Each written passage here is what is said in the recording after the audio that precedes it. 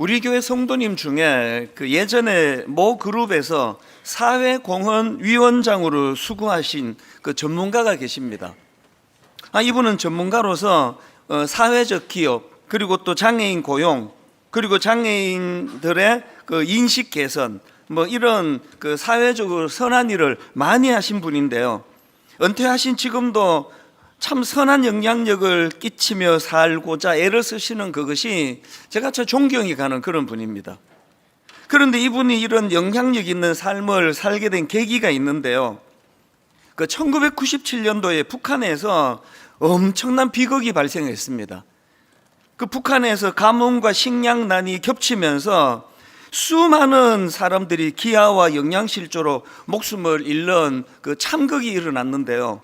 그 사망 숫자가 놀랍습니다. 그렇게 목숨을 잃은 숫자가 수십만 명에서 많게는 수백만 명에 이른다는 통계를 제가 본 적이 있습니다. 그런 비극적인 상황이 벌어지던 1997년도에 이 집사님이 미국에 계셨는데요.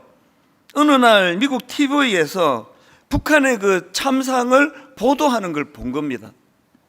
그 보도를 보는데 그 두만강에서 그 사람이 시신이 둥둥 떠내려오는 장면이 나오더라는 겁니다. 이게 얼마나 끔찍합니까? 근데 이분은 더 큰 충격을 받은 겁니다. 왜냐하니까 이 집사님의 부모님의 고향이 북한인데 특히 어머니의 고향이 그 두만강하고 맞닿아 있는 회령이라는 지역이었다는 겁니다. 그래서 이분이 받은 쇼크가 그 부모님이 남한으로 내려오지 않으셨으면 저게 내 모습일 수도 있는데 그런 생각을 하신 것 같아요. 그래서 그 시신이 둥둥 떠내려오는 그 두만강 그 화면을 보면서 이분이 그 든 생각이 저 강물에 떠내려가는 사람이 어쩌면 나였을 수도 있는데 그런 생각을 하게 됐다는 겁니다. 그 당시로 이분은 미국에서 그 한국인으로서는 어떤 기록을 갖고 있다 할 정도로 잘 나가시던 분인데요.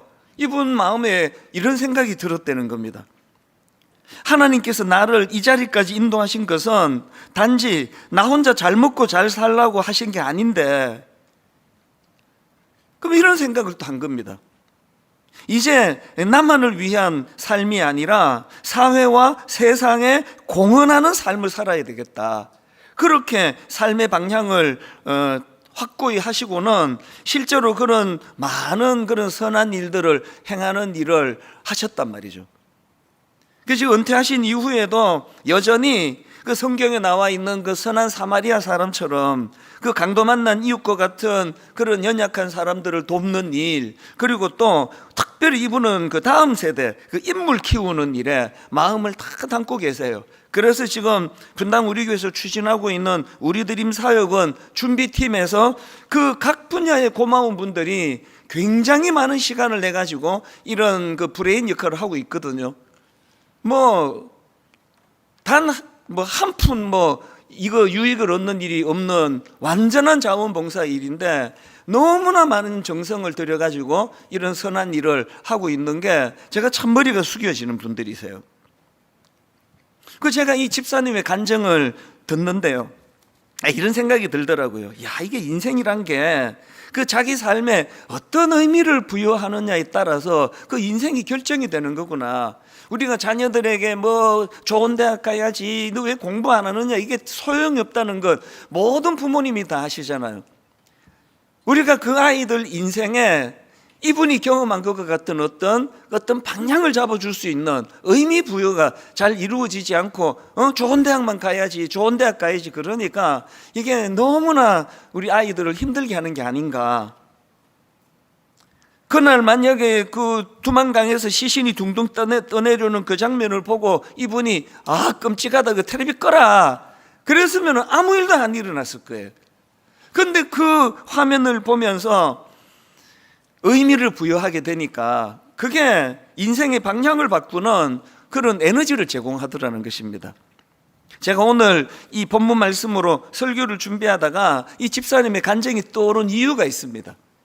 오늘 본문에 느헤미야라는 지도자가 등장을 하는데요, 이 느헤미야의 모습이 이 집사님의 그 깨달음하고 참 비슷하다. 참 이거를 제가 경험을 마음속으로 하게 됐는데요. 그래서 오늘 이제 이 느헤미야 이 인물을 가지고 좀 살펴보려고 하는데요. 이 오늘 본문의 배경은 뭐 아시는 분이 많으실 겁니다. 구약의 솔로몬 왕 이후로 이스라엘이 남북으로 분열이 됩니다. 비극이 계속되는데요. 북이스라엘은 아수르에 의해서 망해버리고요. 그리고 남유다는 바벨론에 의해서 또 망해버립니다. 그때 남유다 백성들이 너무나 많은 수많은 남유다 백성들이 포로로 끌려가게 됐는데, 그리고는 이제 하나님의 특별하신 은혜로 이 포로 생활을 끝내고 고국으로 귀환을 하게 됩니다. 이 사람들이 포로 생활을 끝내고 그렇게 예루살렘으로 돌아와 보니까 기가 막히는 겁니다. 거기에 너무나 가슴 아픈 이런 일들이 많이 펼쳐지고 있는 그런 상황, 이게 이제 오늘 본문의 주 내용인데요. 먼저 오늘 본문 1절, 느헤미야 1장 1절에 보면은 이제 이 지도자 느헤미야에 대하여 이렇게 소개를 합니다. 하가랴의 아들 느헤미야의 말이라, 아닥사스다 왕 제20년 기슬러월에 내가 수산궁에 있는데, 여기 보니까 그 당시 이 느헤미야는 페르시아 왕국에서 왕의 최측근, 요즘으로 말하면 대통령 경호실장쯤 되는 고위직에 있었습니다. 그러니까 세상적으로 보면 이 느헤미야는 남부를 게 없는 사람이에요. 부와 권력을 다 가지고 호요시 갈 수 있는 그 자리인데요. 그런데 이 느헤미야가 예루살렘에 자기 동족들의 관심이 많습니다. 그래서 질문을 합니다. 여러분이 그 사람이 뭘 묻느냐가 그게 그 사람의 관심사 아닙니까? 그래서 이제 지금 귀환한 그 동족들은 어떠냐 물으니까 아주 비참한 상황이라고 그렇게 이제 소식을 듣게 되는 거거든요. 그 내용이 2절과 3절에 나와 있습니다. 나의 한 형제 중 하나니가 두어 사람과 함께 유다에서 이르렀기로 내가 그 사로잡힘을 면하고 남아있는 유다 사람과 예루살렘 형편을 물은즉 그들이 내게 이르되 사로잡힘을 면하고 남아있는 자들이 그 지방 거기에서 큰 환난을 당하고 능욕을 받으며 예루살렘 성은 허물어지고 성문들은 불탔다 하는지라. 이런 가슴 아픈 동족의 소식을 듣는데요. 그 소식을 들은 느헤미야의 반응이 참 귀합니다. 4절입니다. 내가 이 말을 듣고 앉아서 울고 수일 동안 슬퍼하며, 아니 지금 자기는 그런 고생하는 동족들하고 전혀 다른 삶을 살고 있는데, 자기는 왕실의 고위 관리로서 너무나 호요식하고 살고 있는데 그 동족들의 고통의 소리를 듣고는 이 느헤미야가 수일 동안 슬퍼합니다. 그리고는 그 슬픔을 이기지 못해서 결국은 예루살렘으로 돌아가서 무너진 성벽을 재건하는 그 놀라운 일을 담당하게 되는데요. 이게 뭐 마치 모세가 화려한 왕궁을 포기하고 자기 동족들과 함께 고난의 자리로 나간 거, 이거랑 좀 비슷한 거 아닙니까? 그렇게 편안한 왕궁 생활을 느헤미야가 내려놓고는 고국으로 돌아가 수많은 난간을 경험하고 고생하고 고통에 빠지고 그러면서 이제 성벽 재건을 완수하게 되는데, 이게 뭐 그야말로 사수고생하는 거 아닙니까? 왜 느헤미야가 이런 사수고생하는 그 자리로 빠지게 됐느냐? 그 모든 출발이 4절로부터 시작하는 거 아닙니까? 내가 이 말을 듣고 앉아서 울고 수일 동안 슬퍼하며. 아니 뭐 마음이 가는 걸 어떡하냐고요. 제가 이거를 묵상하면서 마음이 가는 그게 사명이구나. 모든 사람들이 똑같이 그날 뉴스를 봤는데 이 집사님만 유독 그 시신이 둥둥 떠내려오는 그 강을 쳐다보면서 거기에 인생의 어떤 생각을 바꾸는 거, 그게 마음이 가는 거거든요. 지난 5월 11일자 한 구절 묵상이 그 본문이 바로 이 느헤미야 1장이었는데요. 이 느헤미야 1장 그날의 한 구절 묵상 제목이 무엇을 위해 울고 있습니까? 이게 제 마음에 이렇게 확 꽂히더라고요. 나는 뭘 위해 지금 울고 있나? 오늘 여러분에게 제가 여쭙고 싶습니다. 여러분은 무엇을 위해 울고 있습니까? 이런 분이 계시겠죠. 아이 나야 뭐 지금 뭐 편안하게 잘 사는데 울기는 왜 울어? 노후 대책도 다 돼 있고 나 울 일이 없어. 뭐 이러는 분도 계실 거고요. 울기는 우는데 맨날 그 눈물이 그냥 자기 자신에게만 맞춰 있고, 내가 이렇게 그냥 힘들어가지고 못 살겠다, 우리 애를 보고 울고 뭐 가족을 보고 울고 그렇게 우는 분이 계시다면 오늘 이 설교는요, 하나님께서 그런 분들을 위하여 주신 설교라고 생각을 합니다. 지금 느헤미야가 고국에서 들려지는 그 무너진 성벽과 또 끔찍한 그 상황을 듣고서 그렇게 눈물을 흘리는데요, 여러분 사실 오늘 우리도 이 시대를 바라보면서 울어야 한다고 생각을 합니다. 지금 상상을 초월할 정도로 온 세계가 지금 혼란에 빠져 있는 거 아닙니까? 아니 그 어린 3살, 4살 이런 아이들 제가 보니까 거의 다 스마트폰 중독이에요. 막 애들이 막 풀철주야 때려 쓰는 거예요. 그 스마트폰 내놓으라고. 그 TV에서도 그 아이들과 관계되는 프로를 보면 전부 막 그거예요. 막 스마트폰 내놓으라고.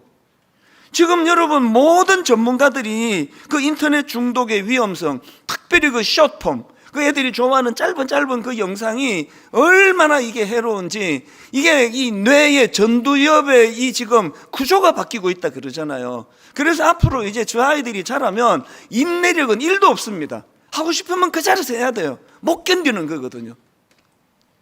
모든 부모들이 다 알아요. 그러나 역부족인 거예요. 눈만 뜨면 그 내놓으라 그러는데 어떡합니까? 오늘 이런 현실을 보고 우리 다음 세대 어린아이들이 지금 자라기도 전에 저렇게 악하고 위험한 환경에 노출되어 있는 걸 보고 이거 울어야 돼요, 이게. 그리고 말로 다 할 수 없이 타락해가는 이 시대 상황하고, 세상은 이렇게 타락해 가는데 교회는 점점 영향력을 잃어가고 있는 이런 현실에 대하여 우리 울어야 되는 거 아닙니까? 교회가 마디른 소금 같다, 교회가 뭐 빛을 잃은 그런 교회가 돼버렸다, 이런 비난이 너무나 많은 이 현실을 보고 울어야 돼요. 저는 한 번씩 목사님들끼리 모여서 막 어떤 유쾌한 때가 있잖아요. 막 농담도 하고 웃고 이러면 어떨 때는 그게 마음으로 좀 이래도 되나? 이게 뭐 너무 좀 과장이라는 거 제가 알지만, 오늘 모든 우리 목회자들과 예수 믿는 분들이 고뇌에 빠져 울어야 되는 시대라고 생각을 합니다. 무엇보다도 지금 믿음을 떠나고 있는 다음 세대, 뭐 교회들마다 지금 뭐 이게 보통 문제가 아니에요. 뭐 청년부, 뭐 청소년부, 뭐 유초등부, 뭐 어느 부서나 할 거 없이 지금 위기 중에 위기거든요. 제가 요즘에 자꾸 다음 세대 이야기를 자주 하고 다음 세대를 격려하고 이게 좀 뭐 불편을 느끼게 할 수도 있지만요, 여러분 이걸 저의 절규로 들어주시기를 바랍니다. 이건 절규예요. 이게 지금 손을 쓰기 어려울 정도로 지금 다음 세대 아이들이 방황하고 있는 이런 현실이기 때문에 어떻게 해서든 이 다음 세대를 살려야 되겠다는 그런 절박함에서 이게 자꾸, 그래서 저는요 제 목회에서 제일 눈치가 보이는 게 저는 우리 대학교 청년부예요. 그 이상하게 작년부터 청년부에만 가서 뭐 얘기하면 떨려요. 제가 그렇게 이상하게 막 떨려. 이게 또 다 알아 이것들이. 우리 목사님 오늘 또 떨고 가, 또 자기들끼리 막 그런 얘기. 진짜 떨려요. 말 실수할까봐, 제가 걔들에게 상처 줄까봐.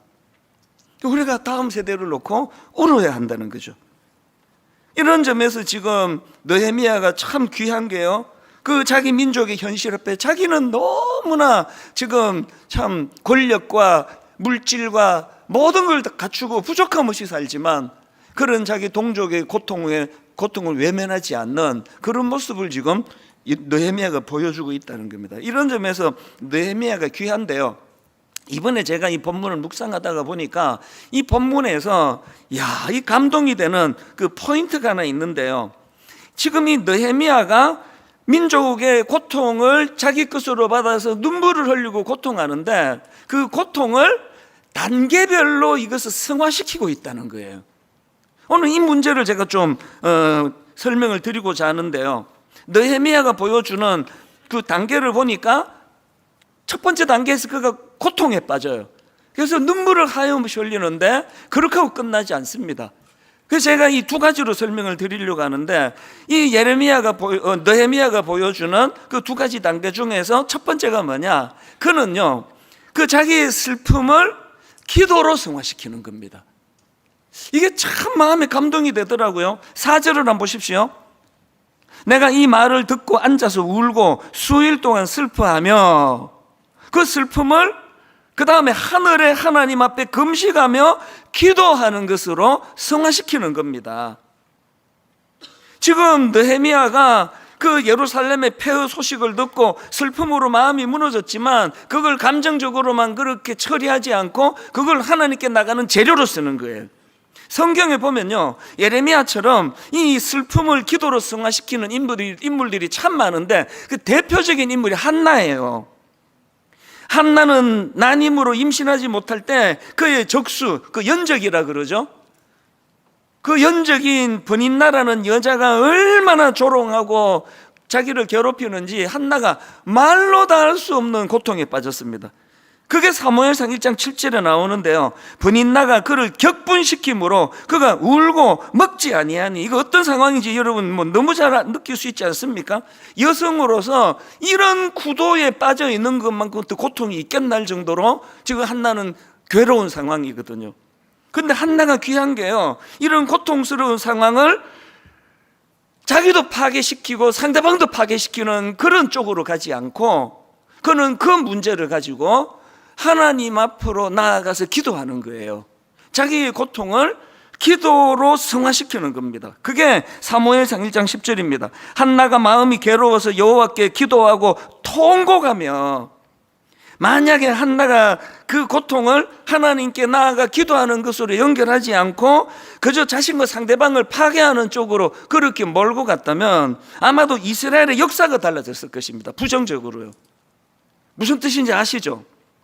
한나가 자기 고통을 상대방과 자기를 파괴시키는 쪽으로 몰고 가지 않고 그 고통의 문제를 가지고 하나님께 기도하는 쪽으로 승화를 시켰기 때문에 그 기도 속에서 한 시대를 살리는 사무엘이 태어나는 거 아닙니까? 여러분이 질투가 가진 에너지가 막 엄청난 건 다 아시죠? 이 질투가 이게 말로 다 할 수 없는 에너지예요. 한나가 막 그 질투심, 아니 내 연적은 지금 저렇게 자식을 낳았는데 나는 왜 자식이 없냐고, 그 말로 다 할 수 없는 그런 마음의 분노와 그 질투, 이게 막 엄청난 에너지예요. 그걸 기도로 승화시키니까 사무엘이 나오는 거거든요. 여러분, 우리 내면에 이 질투심이 일어날 때가 있지 않습니까? 저도 뭐 자주는 아닌데 질투가 확 올라올 때가 있습니다. 제가 30대인데요, 그 중고등부 청소년 사역을 할 때인데 그 당시로 그 온누리 교회의 하용조 목사님, 80년대에 참 그 한국 교회에 여러 분야로 영향을 미친 그런 그 훌륭한 지도자셨는데, 그분이 이제 한국 교회의 목회자들을 대상으로 세미나를 여신 겁니다. 그때 제 기억으로 그게 4일인가 5일인가 그렇게 했는데요, 제가 사실 담임 목사도 아닌데 그게 참석을 한 겁니다.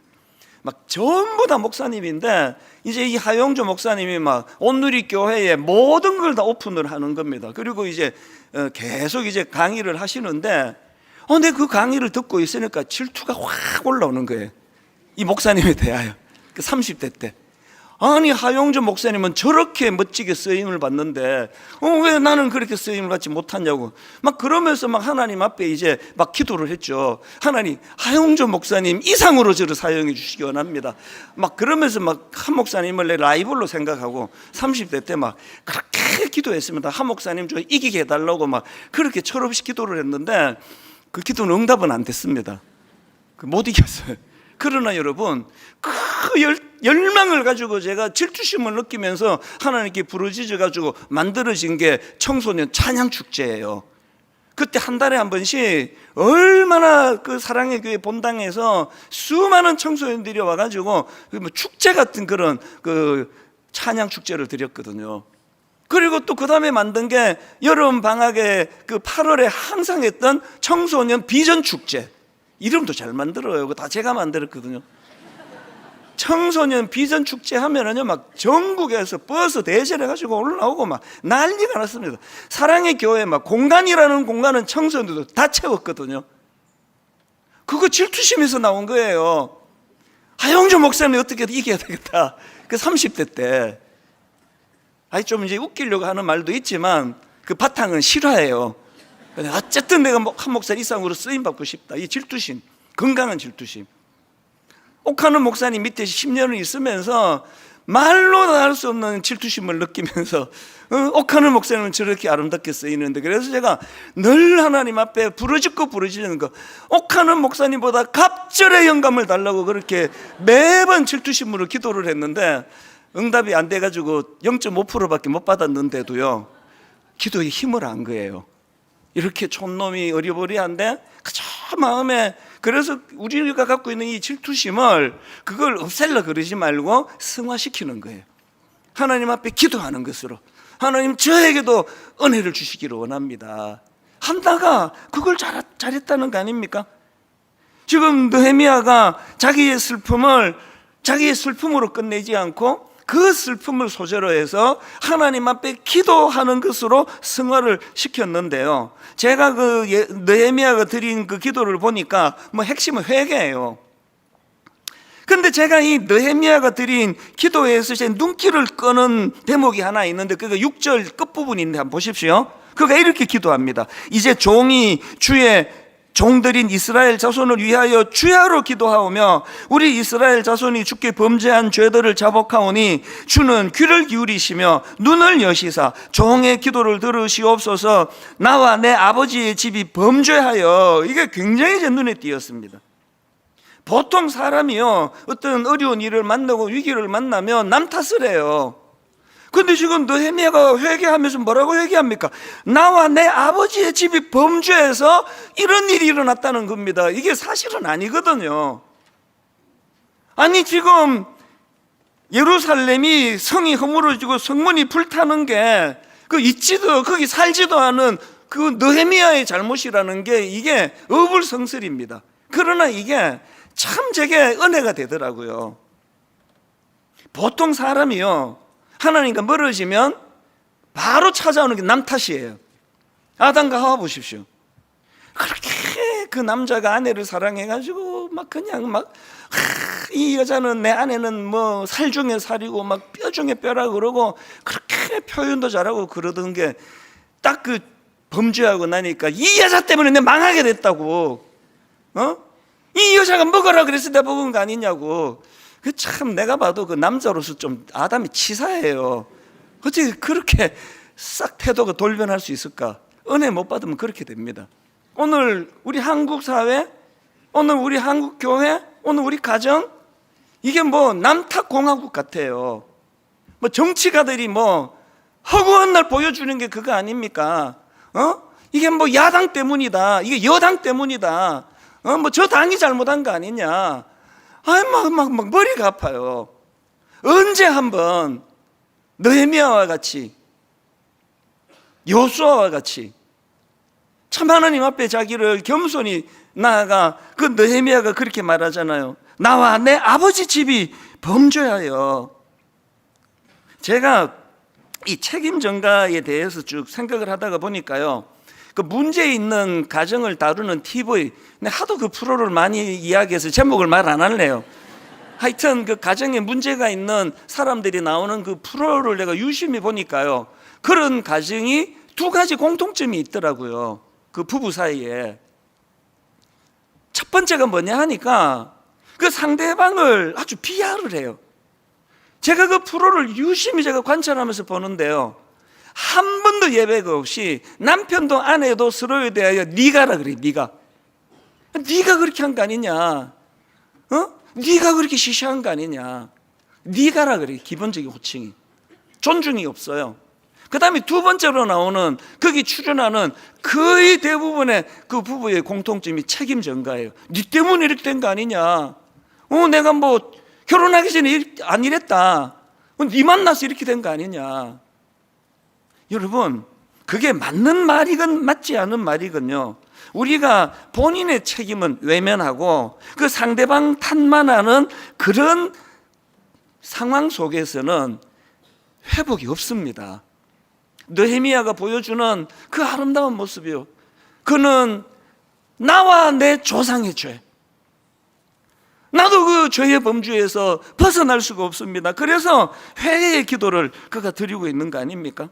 나와 내 아버지의 집이 범죄했습니다. 이 느헤미야가 자기의 그 고통의 문제를 가지고 하나님께 나가는 거, 이게 참 지도자가 보여주는 본이라고 하는 게요, 구약의 요수아도 그 모습을 보입니다. 요수아 7장에 보면은 이스라엘 백성들이 가나안 정복 전쟁을 치르는 과정에서 아이성 전투에서 참패합니다. 모든 백성들이 이게 더 충격이 컸던 게요, 저 전쟁은 우리 반드시 이긴다, 질 수가 없다 그랬는데 졌단 말이에요.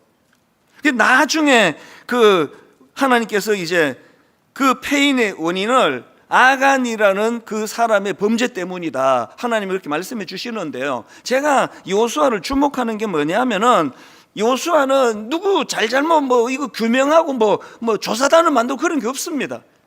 고통의 문제가 발생하니까 그가 보여주는 모범이 요수아 7장 6절입니다. 요수아가 옷을 찢고 이스라엘 장로들과 함께 여호와의 궤 앞에서 땅에 엎드려 머리에 티끌을 뒤집어 쓰고 저물도록 있다가 이르되 슬프도소이다. 그리고 8절이요, 주여 이스라엘이 그의 원수들 앞에서 돌아섰으니 내가 무슨 말을 하오리까. 이게 지도자라는 거예요. 뭐 누구 탓이다, 저놈 때문이다, 저놈 저거 죽이자 우리가, 그런 것이 아니라 지도자는 그 어떤 슬픔의 일을 겪었을 때 그 문제를 가지고 하나님 앞으로 나가는 거예요.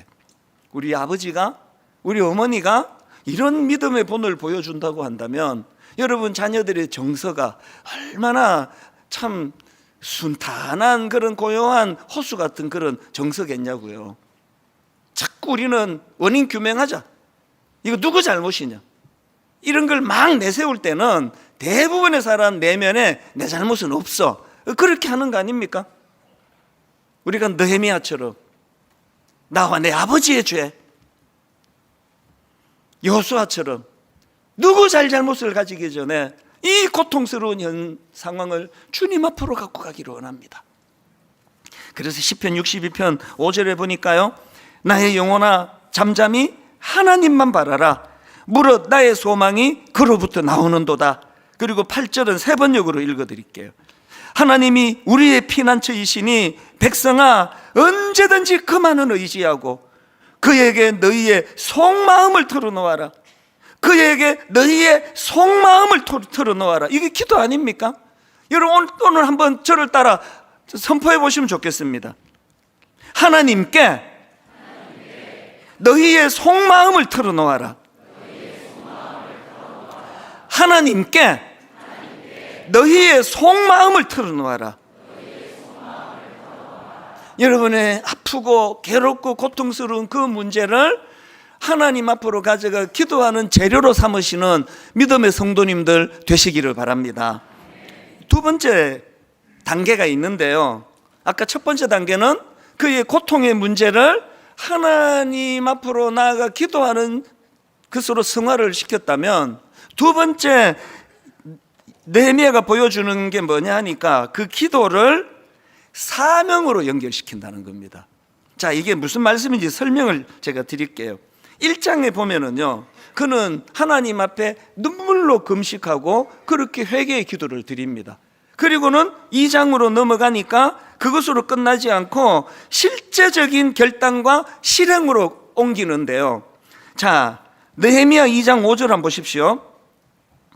왕에게 이르되, 이게 참 중요합니다. 1장에서는요 여호와 하나님께 아뢰는 거예요. 여호와 하나님께 아뢰는데 기도했던 느헤미야가 2장으로 와서는 왕에게 아뢰되, 왕이 만일 좋게 여기시고 종이 왕의 목전에서 은혜를 얻었사오면 나를 유다 땅 나의 조상들의 묘실이 있는 성읍에 보내어 그 성을 건축하게 하옵소서 하였는데, 여기서 주목할 게 뭐죠? 느헤미야는요 하나님께 기도 드리는 것으로 그치지 않았습니다.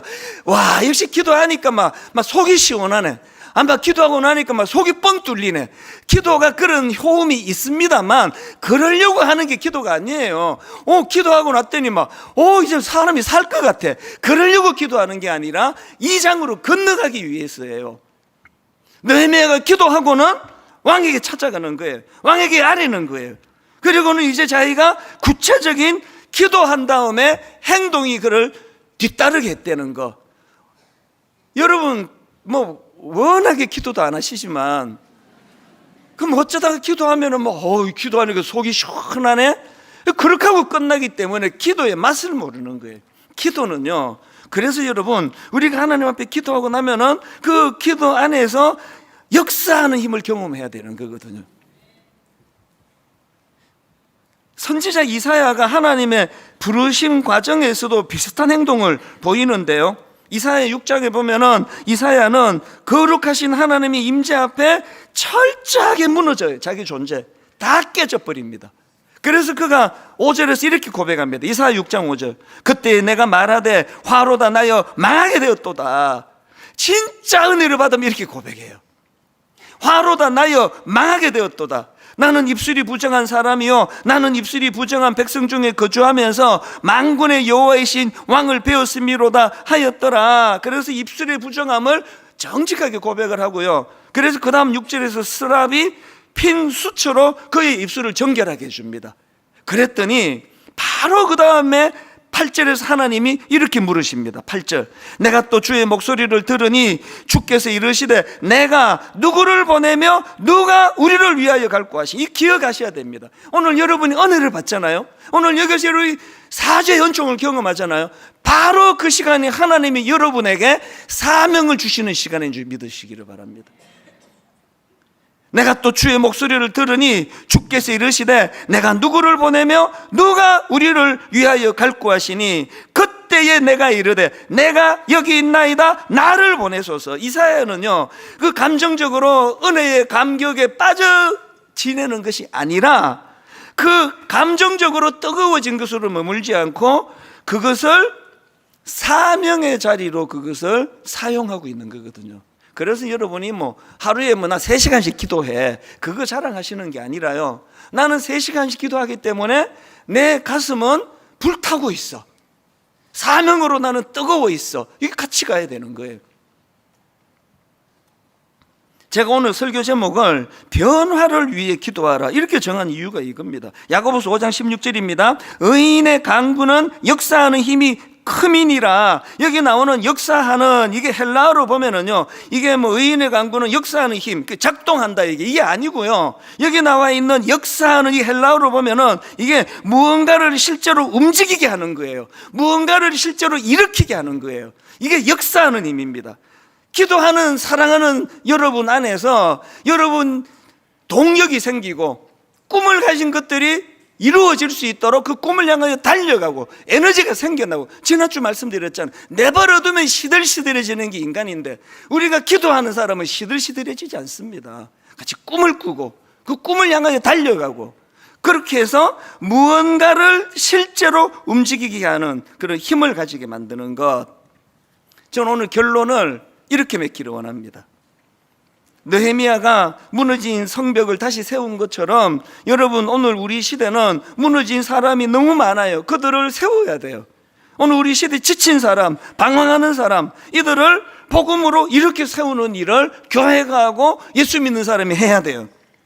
이제 지금 우리 드림 사역원에서 이제 이 고령화 시대에 중장년들에게는 삶의 의미를 회복시켜주는 일을 하기를 원해요.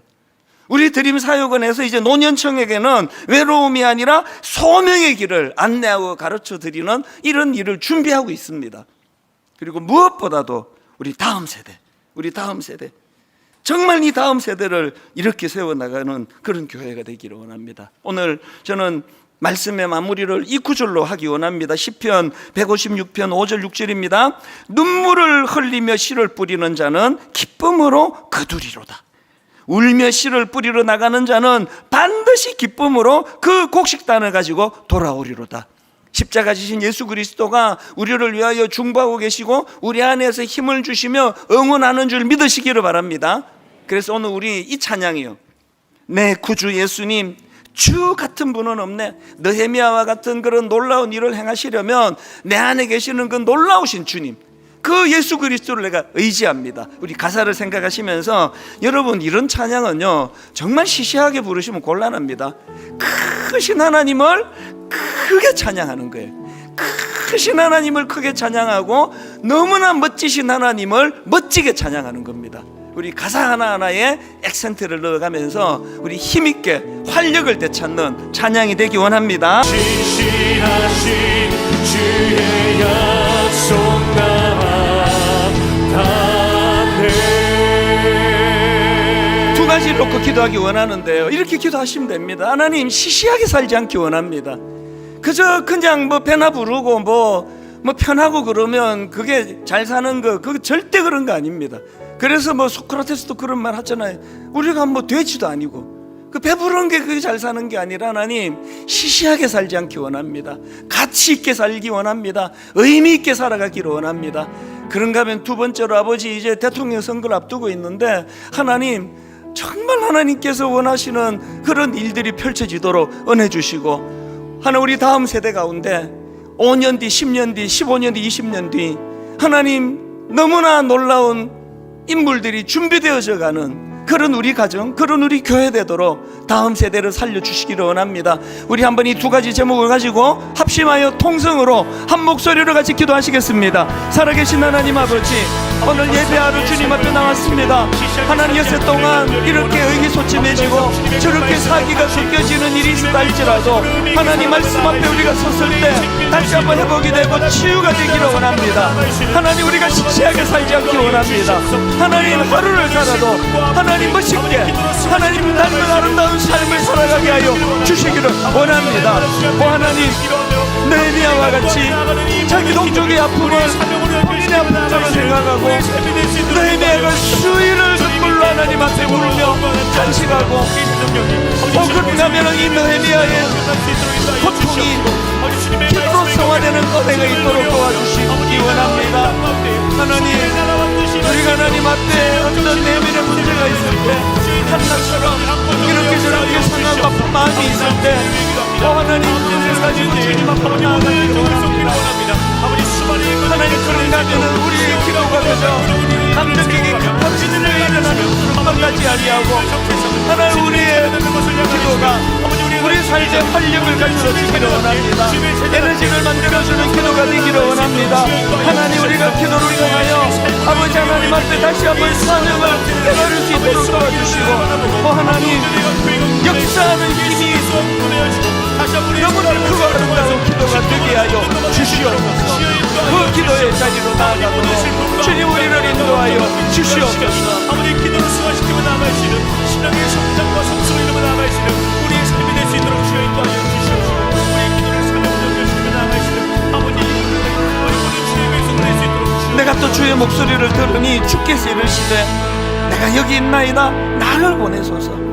하나님 아버지, 여세 동안 이렇게 저렇게 어려움을 겪고 잠을 잘 이루지 못한 어떤 문제를 만나고 어떤 일은 너무 슬퍼서 눈물을 삼키며 그렇게 보낸 시간이 있다 할지라도, 오늘 느헤미야처럼 그 우리의 아픔과 상함과 눈물을, 그것을 주님 앞으로 나아가는 기도의 재료가 되도록, 그 우리의 아픔을 기도로 승화시키는 그런 믿음의 성도님들 되게 하여 주시기를 원합니다.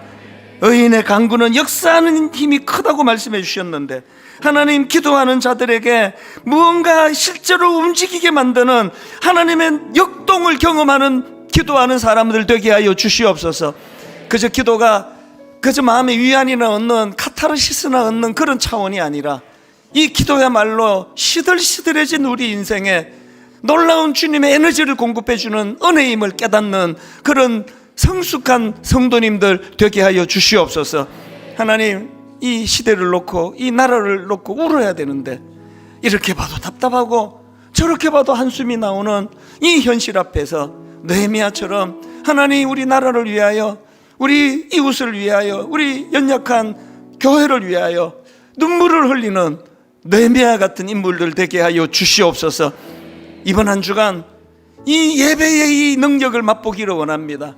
오늘 한 번 드린 이 예배 가운데 주신 에너지를 가지고 이번 한 주를 영원히 살아내는 아름다운 한 주간 되게 하여 주시옵소서.